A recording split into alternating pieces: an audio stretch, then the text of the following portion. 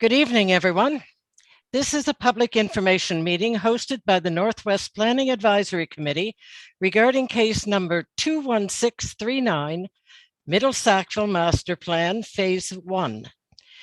The members of the Northwest Planning Advisory Committee present tonight are myself, Ann Merritt, Chair of the Northwest PAC, Councillor Kathy Diggle-Gammon, Stacey Rudderham, Donalda McIsaac, and Jacqueline Levere. We've had regrets from Gina Jones-Wilson, Vice Chair Nick Horn, Jordan Foster, and Deputy Mayor Tim Oathit. We have a guest tonight, District Councillor Lisa Blackburn. Welcome, Lisa. Thank you. The HRM staff members present are Shane Vipond and Stephanie Saloom, the planners for case number 21639. Andrea Lavassi-Wood, legislative assistant, who will manage the participants list for tonight's meeting. Alicia Wall, legislative support, who will be recording minutes of the meeting. Representing the developer on behalf of Armco Communities, we have Mike Ouellette. The meeting is intended to allow HRM planning staff and the developer to provide information and to hear from the public regarding the review of the growth management area policies that restrict the limit of development of the Indigo Shores subdivision to 25 lots per calendar year.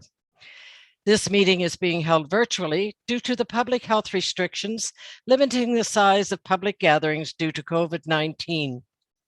Thank you to the members of the public who registered to speak at this public information meeting. As a reminder to all speakers and those watching from home, in order to have signed up as a speaker, the deadline was 3 p.m. on Tuesday, August 17th.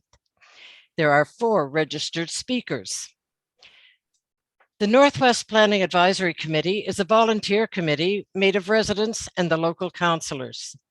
The committee's role is to listen to staff, developers, and the public, and to provide feedback to the Northwest Community Council. Your comments and questions are being recorded this evening and will be provided to members of the Planning Advisory Committee, staff, the developer, and the Community Council as part of the planning process. We also want to remind you that written submissions can be made to the Planning Office or the Office of the Municipal Clerk and are included as part of the public record.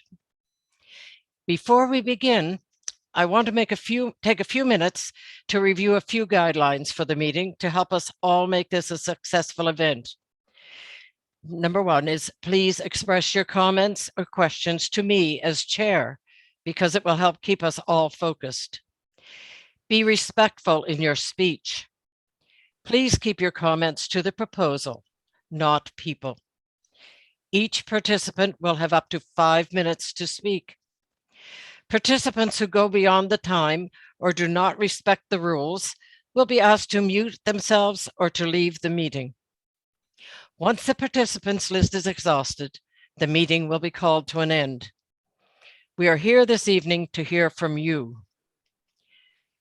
The agenda this evening is a short presentation on the proposed development from HRM planning staff, a presentation from Mark Ouellette on behalf of Armco, comments and questions from you, the public. We'll begin now with the presentation from the planners. I don't know whether Shane or Stephanie is going to begin. Stephanie. Okay. Thank you, Anne. So I'm just going to share my screen.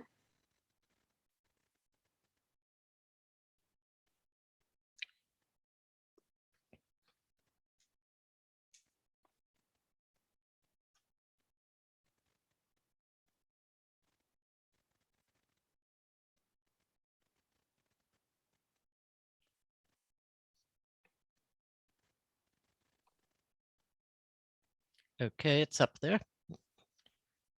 Thank you. So as Anne mentioned, my name is Stephanie Saloom, and I'm a planner with the Rural Policy and Applications team. Tonight, also with me is Shane Vipon, who's also a planner with the Rural team. Tonight, we're presenting case 21639. It's the Murchison Drive Master Plan project, phase 1 of the project. So just an outline before we begin about what this presentation will review. First, we will give some background on the Murchison Drive Master Plan project. Then we will discuss the various phases of the master plan, but tonight we are really focused on collecting feedback on phase 1 of the project. Then we will discuss a bit about the growth management policies that apply to the lands in phase 1, what they are and what their original intent is. We'll get into the details for phase 1 of the project, the process for phase 1, and then the next steps in the engagement.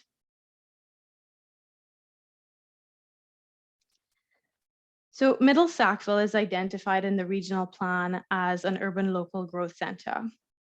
The regional plan highlights areas that are envisioned for growth, and it outlines various characteristics for different types of growth centres. So Middle Sackville is identified, Middle Sackville around the Highway 101 Murchison Drive interchange is identified as an urban local growth centre.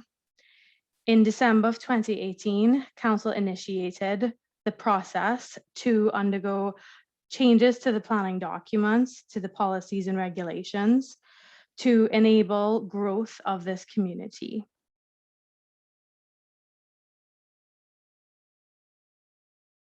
A master plan process involves consideration of various planning matters, such as land use, road connections, water servicing or servicing, parks and open space, active transportation, transit, natural corridors, and other environmental features. Also, we take into consideration plans that have been endorsed by Council, such as the Green Network Plan and the Integrated Mobility Plan. There's also community envisioning that is done in support of a master plan process, and community visioning for Middle Sackville was completed in 2011.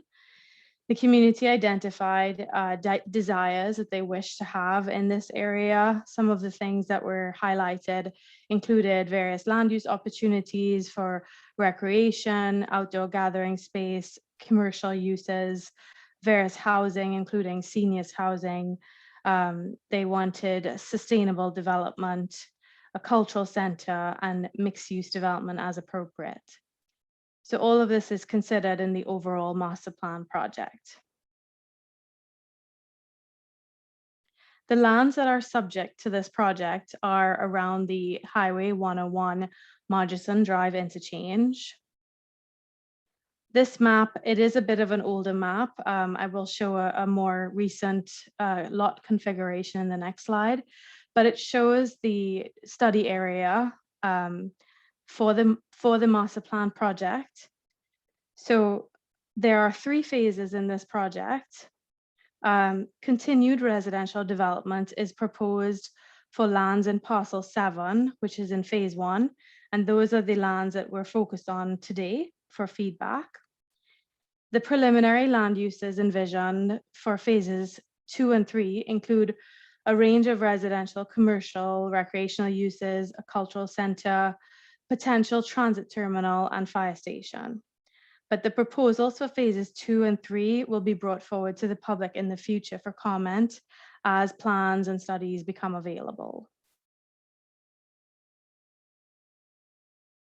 So the proposal for phase 1, which is parcel 7, this image shows a more up-to-date lot configuration. There have been some lots that have been approved from the map shown on the previous slide. So the objective for this phase of the project is to review the growth management policies as they apply to these lands. So Indigo Shores, which are the lands highlighted in red, it's the remaining lands of the Indigo Shores subdivision.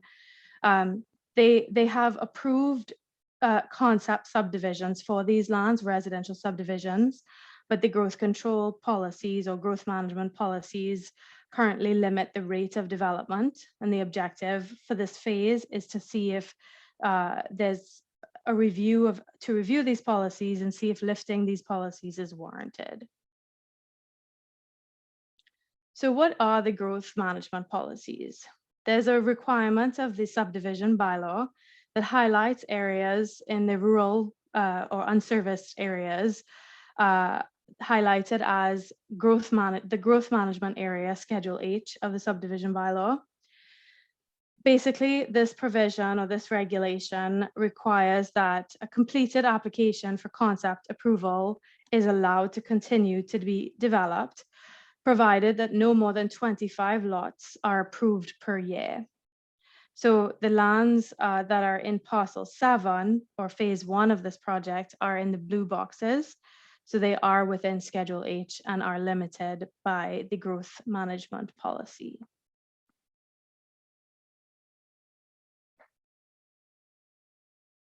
Prior to the adoption of our regional plan in 2006, there was sprawl in rural areas, which caused increased traffic congestion and infrastructure costs to the municipality, with increasing road development and servicing development. In 2006, it actually began a little bit before 2006, there were strategic growth management policies that were adopted to slow development in areas that weren't identified for growth or designated for growth outside the core area. At that time, rural landowners, aware of the pending changes, submitted large-scale subdivision applications that were grandfathered under all subdivision rules, so that they could be, they were allowed to continue to occur, but just through that limited time period, or at the 25 lots per year. The objectives of implementing the growth control policies was to slow this development by applying that rate restriction of 25 lots per year, to reduce any burden on infrastructure and service requirements, disincentivize leapfrogging development, where there would be a subdivision in one area and then a large undeveloped area of land, and then a road that connects another subdivision further out of the city. And then it would give us time to understand any sort of transportation route implications that may need to be addressed before some development comes on board. So this slide shows the overall concept plan for the Indigo Shores subdivision. The areas highlighted in blue, orange, and purple is what is left to be developed. So they have been approved in concept, but these lots are not approved, have not received final approval yet, due to the 25 lot per year limitation. So the proposal to lift or to consider lifting the growth control policies specifically for these lands would allow the lots that are remaining to be built out within the next 2 years. So there are some lots in the blue area, or all of the lots in the blue area, and some of the lots in the orange area that would be approved up to the end of this year.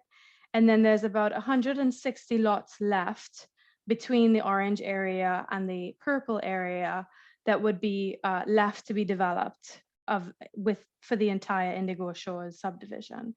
So majority of the lots have already been approved. So we did a preliminary review of what has changed in this particular area of Indigo Shores since the growth management policies were adopted.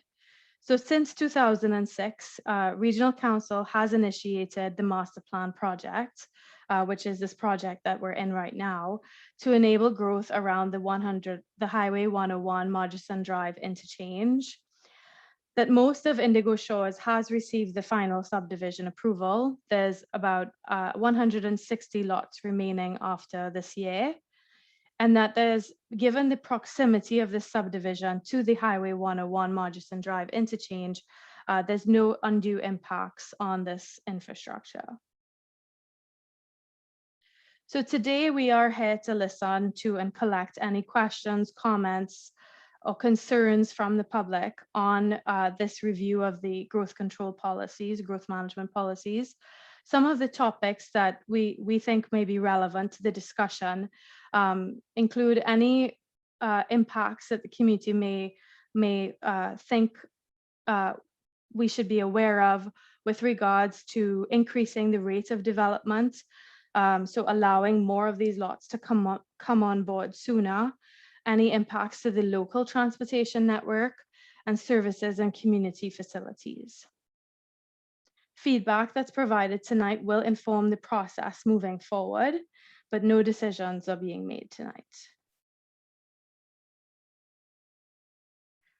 The planning process for phase 1, so we're currently at the public information meeting stage of the process. After tonight's meeting, staff will present the feedback that we received to the Planning Advisory Committee, the Northwest Planning Advisory Committee, for their recommendation on the proposal. Then we would write a report to Community Council, Northwest Community Council, with a recommendation on lifting the growth control for these areas. And then the public would be invited to a public hearing to voice any feedback, comments, concerns they may have about this part of, about phase 1 to Regional Council before they make the decision on whether or not to lift the growth management policies for and allow the development to proceed in a faster manner. And then as far as the engagement process for phase 1 and what's sort of coming for the remaining phases of this project. So tonight, we are collecting feedback from any registered speakers, but we are also going to be collecting feedback over the next week for anyone who is listening in online and wishes to email us their comments. So we will be collecting feedback up until August 25th. There is information, including links to the staff initiation reports and other information about the project online on Shape Your City Halifax. And we will be coming back out in the future for public meetings for phases 2 and 3 when more information on those phases becomes available. And that concludes our presentation. Thank you.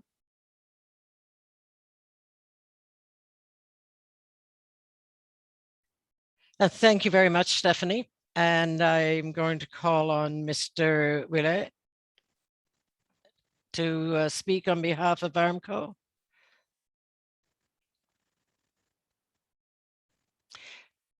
Mr. Willett has up to 10 minutes to make his presentation. If he's ready to speak now. Okay, I see him now.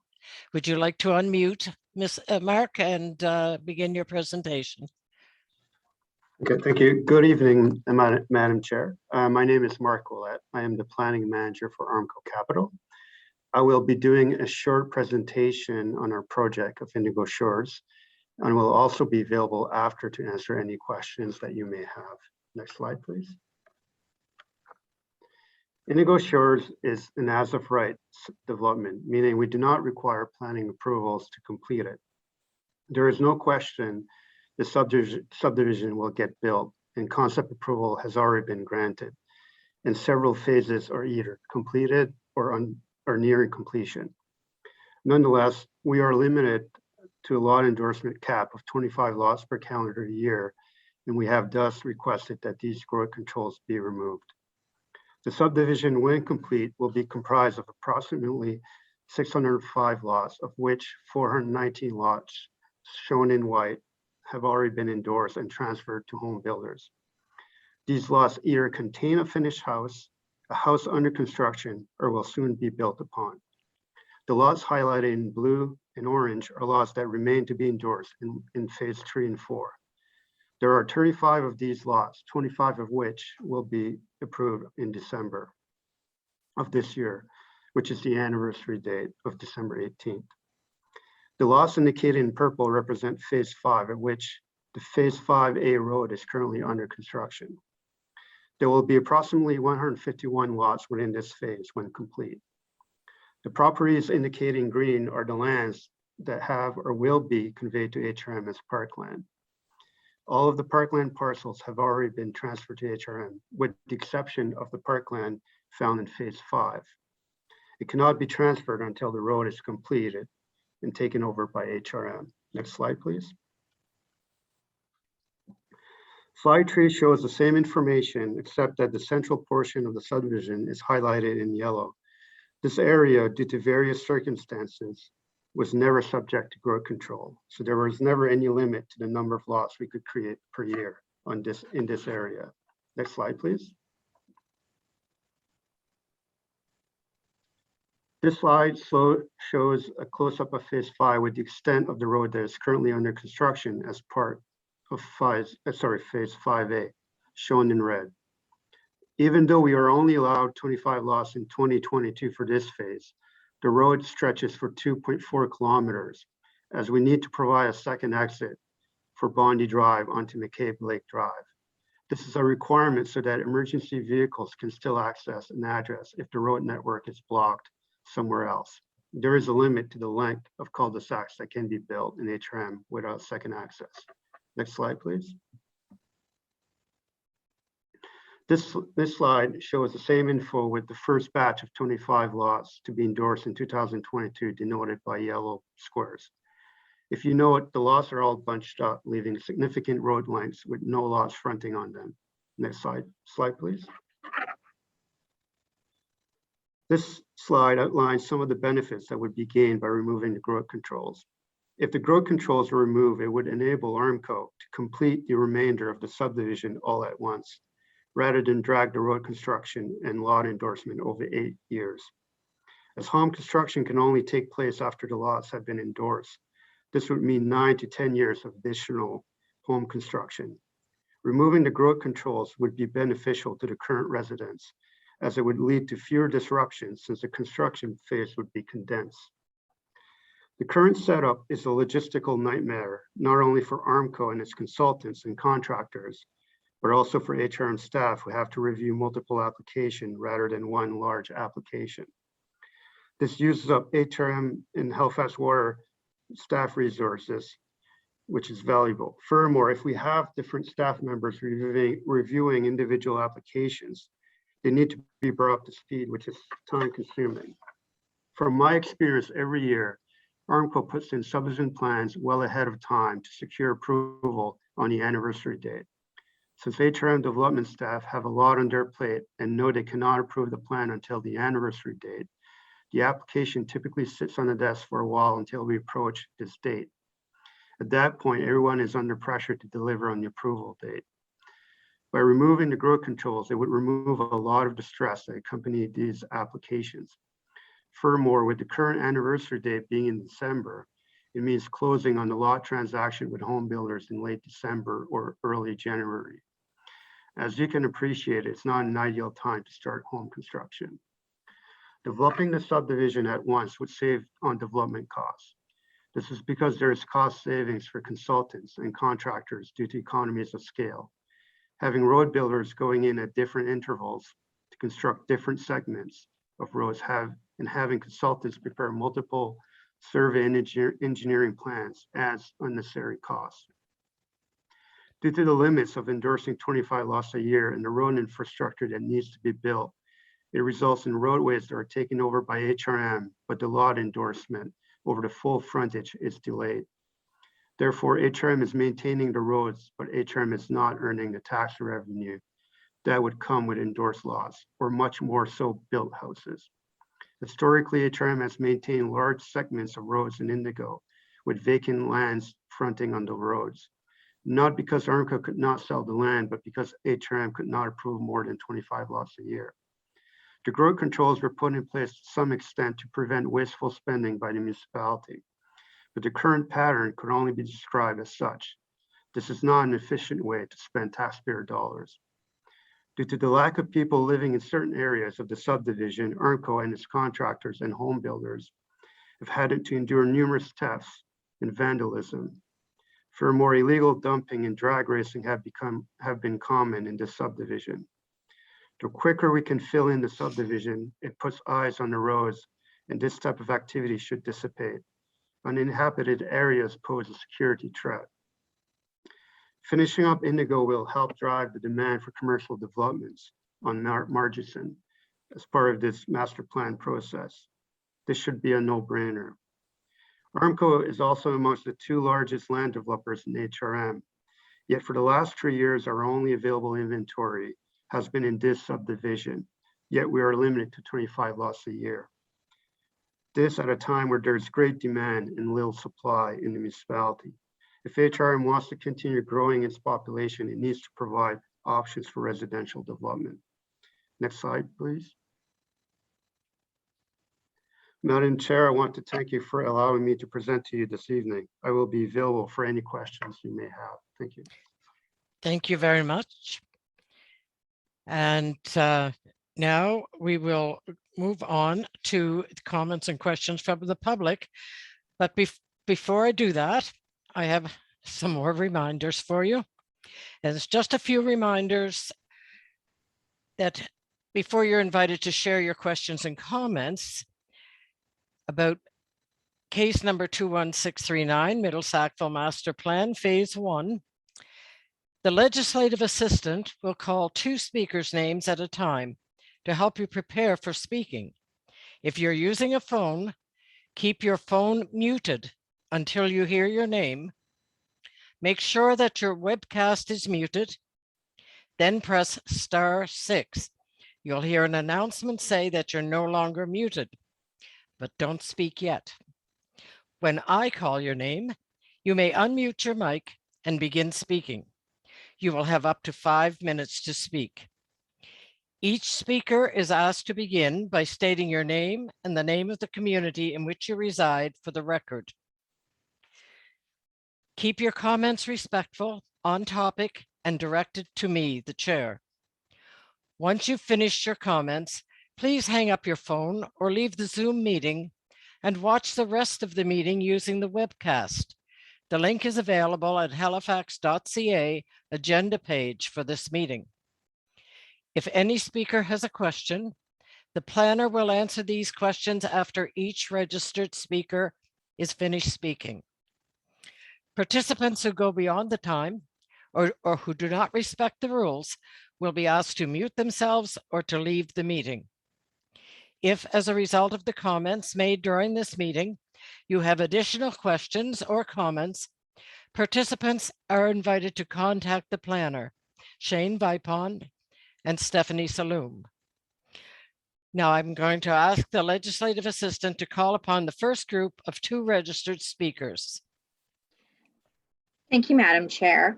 We had one speaker who has notified the clerk's office that they are unable to speak this evening, but they will be submitting correspondence to the committee prior to your September meeting when this case will be coming forward. Thank you. So the first 2 registered speakers that we have on the list are Walter Regan and Joanna Halfyard. Okay. We'll begin with Walter. Are you ready to speak, Walter? You have 5 minutes. Thank you very much. Good to see you again. My name is Walter Regan. I'm a volunteer at the Sackville Rivers Association, and I'd like to read in the record several comments, if I may. My first comment, there's a beautiful waterfalls on what we call Christina's Brook. We would like to see a small park built around the brook from the service road to Weber Lake, around 3 to 5 acres. My second comment is the protection of Drain Lake Brook, including a large buffer, and that Drain Lake Brook has culverts, and these culverts should be removed and a proper bridge or open bottom culvert be put in to allow fish passage to Drain Lake. There should be a proper buffer and park around the entire Drain Lake for public access and protection of important turtle habitat. And Drain Lake is known as a place of spawning for Gaspro. There should be public ownership of all buffers, especially around Weber Lake, and a large park area for Weber Lake. We also believe, even though it may not be part of tonight's discussion, that the future Cultural Arts Center should have water and sewer provided to it, including the bus rapid station at a future date. All water courses, no matter where, should have large publicly owned buffers, including Drain Lake Brook, which is a major passage for Gasbro and other anadromous fish. We believe that all stormwater piping should have oil grit separators installed to prevent pollutants from getting into the water courses. We also believe that there should be immense and important and up-to-date silt retention devices and proper end-of-pipe stormwater treatment to protect pollutants getting into McCabe's Lake, Drain Lake, and Weber Lake. Floodplains. All floodplains should be transferred to HRM ownership up to and including the 1 and 100-year floodplain and important buffers in addition to the 1 and 100-year floodplain. I have no problem with the 25 lots a year that was there for a reason, which I think should be examined again. We certainly support a master planning for the area. The Sackville Rivers Association is hoping one day to build a conservation corridor, AT Trail, which is mentioned, from Lucasville all the way to Mount Uniacke. So proper access for this trail should be provided. We believe there should be a full watershed plan should be developed and implemented to protect important lakes like Weber, McCabe's, and Drain Lakes and other water courses. There should be no direct discharge of stormwater into the water courses. This will prevent pollutants from highways and other areas going into the lakes and water courses. The SRA formally requests that we be part of any public process going forward, and we believe we have a vested interest. The Green Network Plan is very good, but also mentions specifically active transportation trails and riparian buffers. Again, these areas should be allowed for and placed in public ownership, up to including the 1 and 100-year floodplain, or at least 30 meters, whichever is larger. I also think it's important that staff be aware that there is sewer discharge in the Drain Lake coming from a local trailer park, and this should be taken into account in all future development. There is sewage going in to Drain Lake. The Sackville River was a traditional access route between the valley and Bedford Basin by the Mi'kmaq. We believe there should be a proper study done that there is no significant cultural sites that may be destroyed due to construction. We believe there may be several sites in the area. We also believe that Lucasville residents should be invited to sit on the Public Participation Committee, as they have a vested interest in all development around. We really would like to see extensive water quality monitoring and testing done to maintain the water quality of Weber Lake, Drain Lake, and McCabe Lake. And this should be immediately done until 5 years after last build out. Walter, you're at 30 seconds. Okay. And we would like to see large lot service charges applied as required. Thank you very much. Thank you, Walter. And if you would like to mute your, yeah, that's what we want. Okay, and our next speaker then is, I believe, Joanna Halfyard.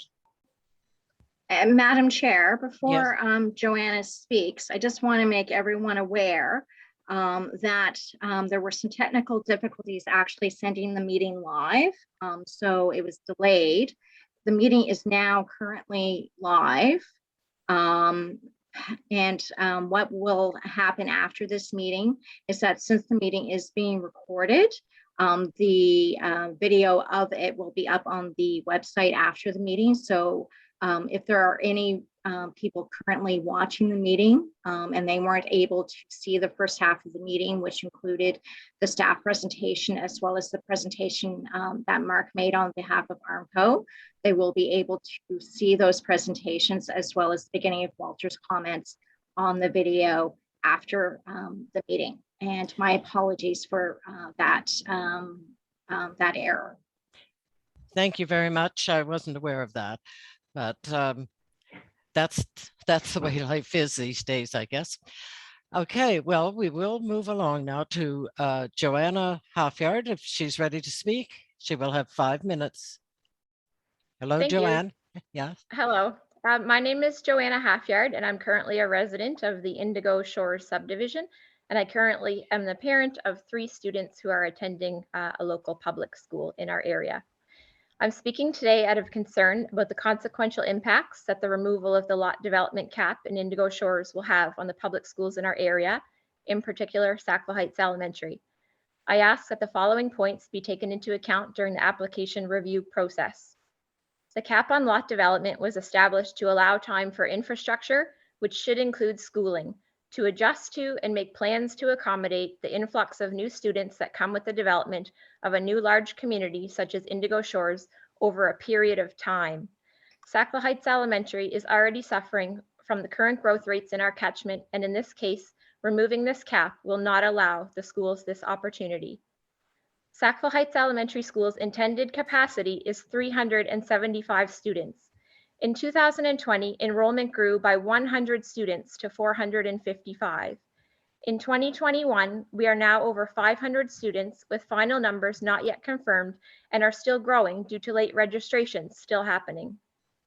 HRCE's long-range outlook published in 2019 did not predict that the school's population would exceed 450 students at any point over the next 10 years, which it has already surpassed within the first. This projection discrepancy highlights the staggering disconnection in processes between HRM planners and HRCE planners. This needs to change.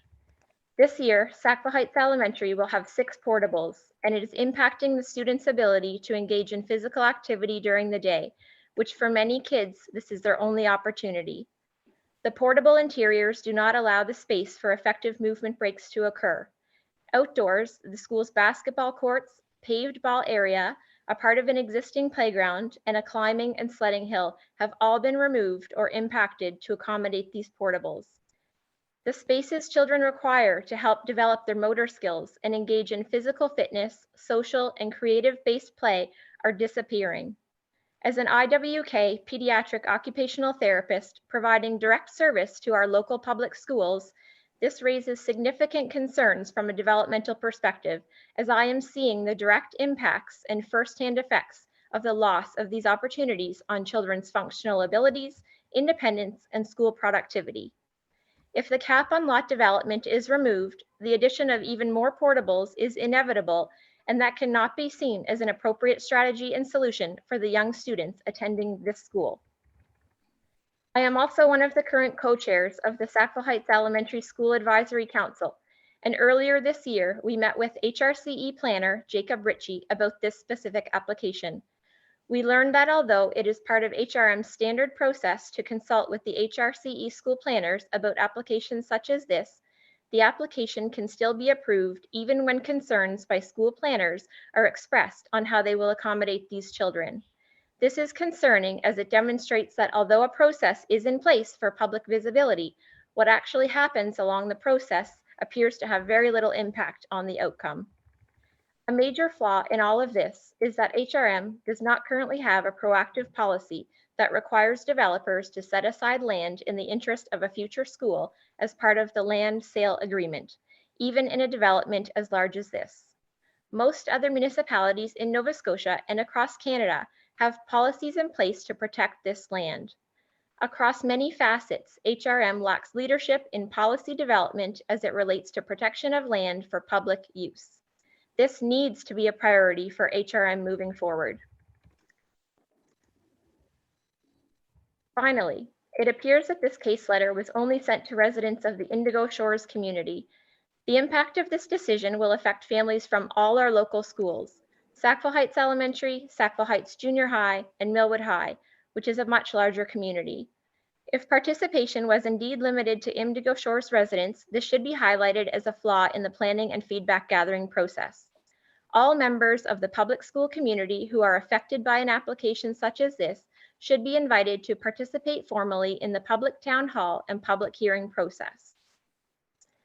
In closing, I would like to add how disheartening and frustrating it is that parents in the community must dedicate so much of their own time, resources, and energy to bring forward and highlight the concerns and impacts that this accelerated development would have on our children's quality of education.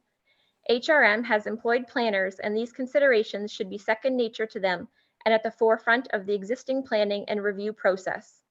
The development cap was established for a reason and should not be removed unless there are already developed plans in place that are appropriate for solving our current schooling crisis in Middle Sackville. The schools simply need more time. I appreciate the opportunity to share my concerns with you today and look forward to seeing HRM planners give this application the necessary care and concern it deserves. Thank you for your time. Thank you, Joanna. Stephanie or Shane, do you want to answer any of the statements that were there? Thank you, Anne. I will respond to, there are a couple comments that I'd like to respond to from Walter. Can I do that Yes. first? Mhm. Okay, so I want to first thank both Walter and Joanna for their comments. Everything that was provided, or all the feedback was provided, is helpful for the process, so they will be taken into consideration. There were several points that Walter raised that I think were more applicable to future phases 2 and 3 of this project. So we will hold on to those comments as we look at those phases, as tonight we're really focused on phase 1, but there are others that also we will take back and sort of review for phase 1 as well. Then with regards to Joanna's concerns about the school capacity. So the Halifax Regional Center for Education has provided some general feedback to planning staff on the proposal. So the Education Act mandates that every person aged 5 to 21 has the right to attend public school. So in the region that they reside. So where there may be operational challenges, HRCE will work to ensure that all students are provided access to education. But we do recognize that there are concerns in this specific area, and the specific comments that were brought forward by Joanna, we will take back to HRCE for further comment on that. Okay, thank you very much. And I believe we have another speaker. Yes, Madam Chair. We have, sorry, excuse me. We have Heather Sharakowski. Excuse my pronunciation of your name. Okay, Just I one see. Yes, I see Heather.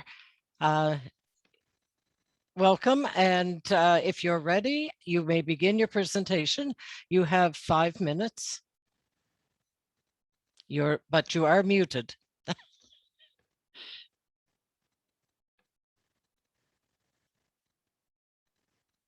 Heather?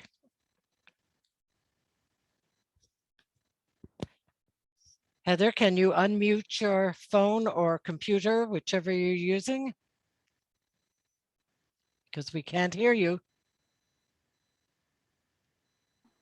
Madam Chair, I see Yes. that Heather was in the attendees twice, so I've Yeah, okay. promoted her second one, and hopefully that will allow her to speak.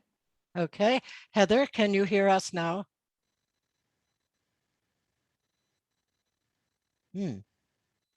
This is rather unusual. So Heather, the second icon that I have you entered in, it's not giving me a mic option. So what I'm going to ask you to do is to actually leave the meeting and rejoin the Zoom meeting and see if that corrects your connection issue.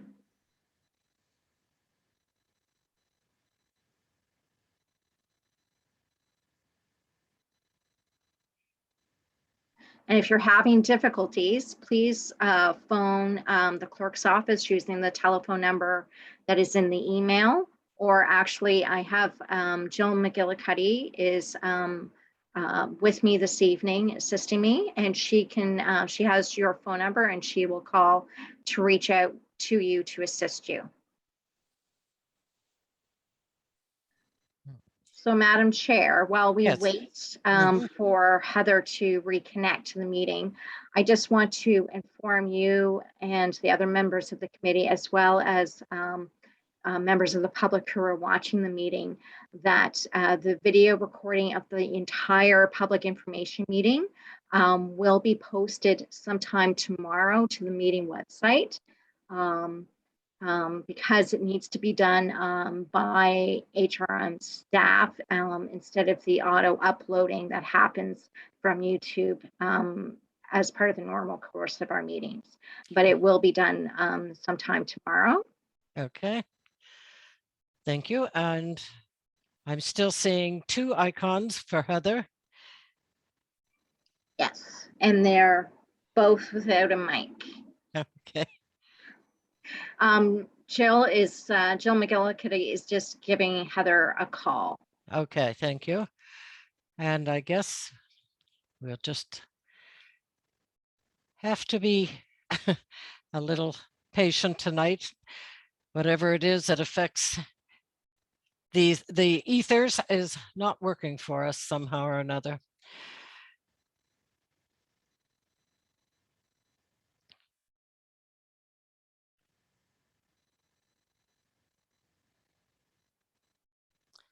So Heather, if you are present in the meeting, your mic is not showing up. So I'm not able to unmute you or ask you to unmute. So if you can please leave the Zoom meeting and rejoin the Zoom meeting using the link and the instructions that were emailed to you yesterday. Thank you.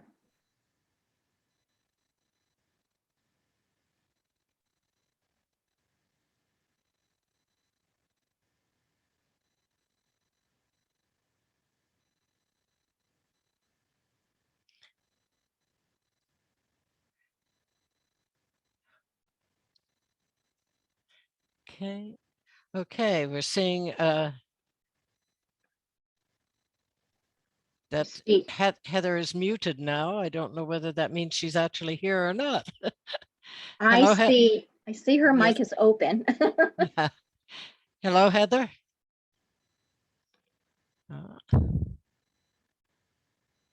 That doesn't seem to be happening.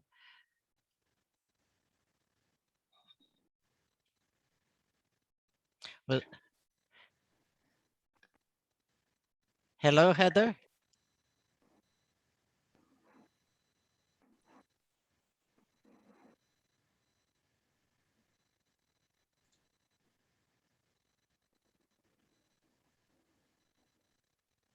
Oh, I don't know.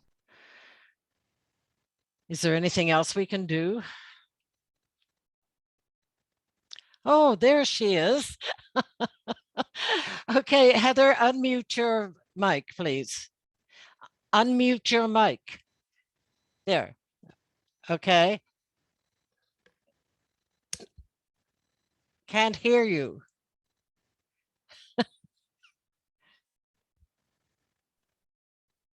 Heather, there on the right hand side of the mic icon, there's an arrow. Just check to see that your microphone is turned on. And if you're using a headset, that might be causing an issue. So you might want to unplug it and just use the audio on your computer. Well, we're hearing sounds. That's a help. But we're not hearing your voice. No. Your mic isn't working for some reason.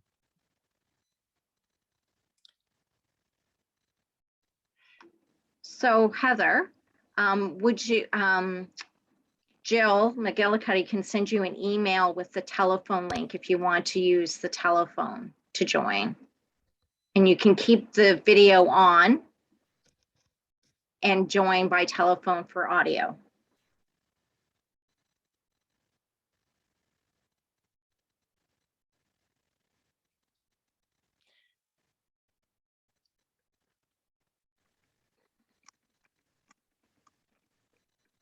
I don't know why I'm nodding my head. She can't see me.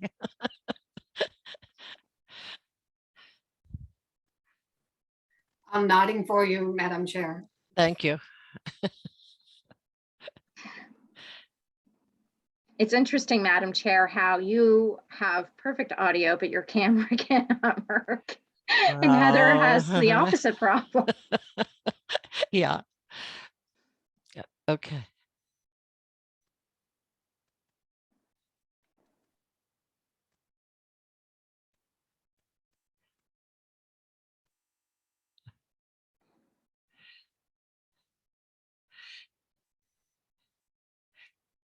We definitely need IT help.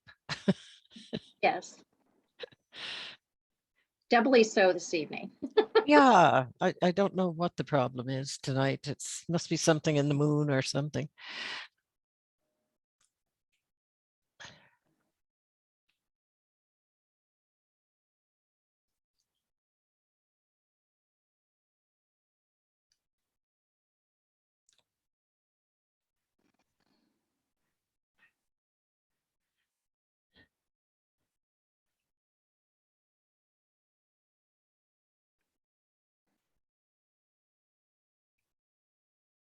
Hmm.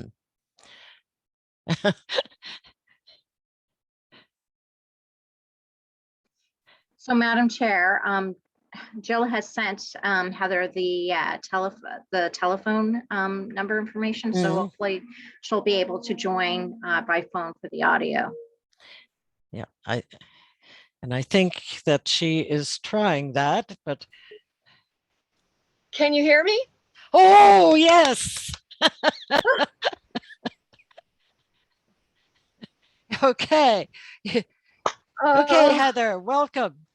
Sorry, I am so sorry, everyone. Thank you for your patience. No, you're Oh, not dear. you're not the only one who had problems tonight. But if you note, I am not live. But we do welcome you, and we're going to give you 5 minutes to make your presentations. Thank you. Thank you, Madam Chair. I'm laughing. This is a serious matter. My name is Heather Schweikowski, and I run the before and after school Excel recreation program at Sackville Heights Elementary. Now, Joanna, who just spoke, really laid it all out there for you. So I'm not going to add anything else to that. All her points are extremely important. My own children went to Millwood High and Sackville Heights Junior High, and I also work obviously in conjunction with Harry R. Hamilton Elementary School. We are bursting at the seams for the after school care. The biggest reason why I wanted to come on tonight and speak was basically a couple of other things I'd like to add. The infrastructure to get to Sackville Heights Elementary is overloaded. The road system is, well, terrible, to put it nicely. But like Joanna said, our Excel program is a recreational program, meaning we get the kids moving. We want them outside as much as possible, and we want them to move. We want them to get their physical activity. You all know the statistics on that. With the portables that have come in, they have literally left us with almost no room. Not just Excel, the kids during the day at lunch and recess, etc., for physical movement. I mean, there is just nothing. And yet we know the statistics for the health and well-being of these children. They need to move. They need to be physical. But if you have over 500 children, which is the way we're going, if we're not already on a tiny little piece of area to play, we're going to have accidents. We do have accidents, and a lot of them are quite serious. Last year, we ended up moving into the bus loop for physical space to be able to play. The problem with that is that people use that as a turnaround. Oh, I'm going in the wrong direction. And it's not safe for the children, really. You can put up pylons all you want. They drive right through them. I've seen it every single day. The other point I want to make about this potential to have an influx of more children come to the school is the washroom situation can't be more. The children that are in all these 6 portables come in to use a washroom. The boys' washroom has 1 stall and 2 urinals. At best of times, there's usually one of them is not working. Not to mention the girls just has 2 stalls, and that's it. That's on the side that the students are coming from the portables. So you have all of these kids coming in trying to use this little area. There's also a classroom, 2 classrooms on that side that will use those washrooms. The other washrooms in the pod area that we call it, again, there's only 3 stalls. I believe 4 for the girls, 3 for the boys, and a couple of urinals. To me, it's a safety health issue, trying to have this number of children trying to use these washrooms. And it was just a piece of all of the puzzles, or this big puzzle that I wanted to bring to your attention, because that along with the water fountains, it's just, the school is already bursting at the seams, and bringing on 160 plus families into this environment, it just, I don't know how it can be done. I really don't. So my real reason for being here was to just reiterate what Joanna has said about the school system, to also mention that as the trickle-down effect, Sackville Heights Junior High is overloaded and Millwood High is overloaded. And to my knowledge, and I could be wrong, there is no discussion about building another school to help offset us. And I know Harry R. Hamilton is already full and they're bursting. So there's no way to divvy up the Indigo Shore families to between our schools. There's just no room. So that really, really, really needs to be taken into consideration, because there's just a huge safety component involved. And I'm always concerned about that for my kids, for the after school program, but also for during the day. The safety issue is a grave concern for me and many others. That's all I'd like to say. Thank you, Madam Chair. Appreciate it. And thank you for your patience. Thank you very much. Okay. And if we have no other speakers, I assume. That is correct, Madam Chair. We have no other speakers. Okay. Well, I'd like to thank the speakers who did come tonight, and by hook or by crook, I guess, in some cases. But I would like to thank you very much for providing your feedback on case number 21639, Middle Sackville Master Plan, Phase 1. It's important that members of the community are informed and provide feedback about proposed developments in their area. The Northwest PAC and HRM planning staff values this feedback from members of the community. If after the conclusion of the public information meeting, you or anyone you know wishes to provide further feedback or have additional questions, please contact the planners, Shane Vipond and Stephanie Saloom. Once again, thank you for joining us this evening, and good night. Thank you, Madam Chair. And I just want to remind everyone that are watching the live stream and experienced the first half of the meeting not being on the live stream, that the meeting is being recorded and that it will be posted to the meeting webpage sometime tomorrow. And I apologize again for the technical difficulties with the live stream. And thank you very much. And I will be ending the meeting now. Thank you. So do we need a motion to adjourn? No. No? Okay. Thank you. Here, I keep shaking my head.